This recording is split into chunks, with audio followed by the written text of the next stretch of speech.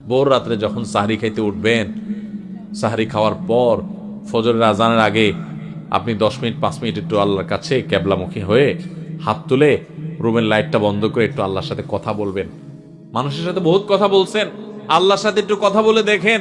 আল্লাহর সাথে কথা বলার স্বাদ আছে ভাই, অনেকে জীবনে একবারও এই স্বাদ পান নাই। একটু কথা বলে দেখেন। ভোর রাতে সাহরি খেতে উঠলে 10টা মিনিট একটু হাত তুলে কথা বলেন। কিভাবে কথা বলবেন?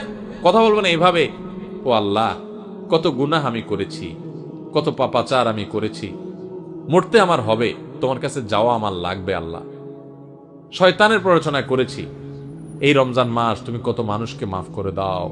নবী করিম সাল্লাল্লাহু আলাইহি ওয়াসাল্লাম বলেছেন, ওয়ালিল্লাহি উতাকাউ মিনান নার ওয়া যালিকা ফি কুল্লি লাইলা। রমজানের প্রত্যেক রাতে আল্লাহ তাআলা অনেক মানুষকে সাধারণ ক্ষমা ঘোষণা করে দেন, যে যাও অমুক অমুক অমুক অমুক যাও, তোমাদেরকে মাফ করে দেওয়া হলো, জাহান্নাম থেকে মুক্ত ঘোষণা করে দেওয়া হলো। আল্লাহ কত মানুষকে আপনি সাধারণ ক্ষমা করে দিবেন।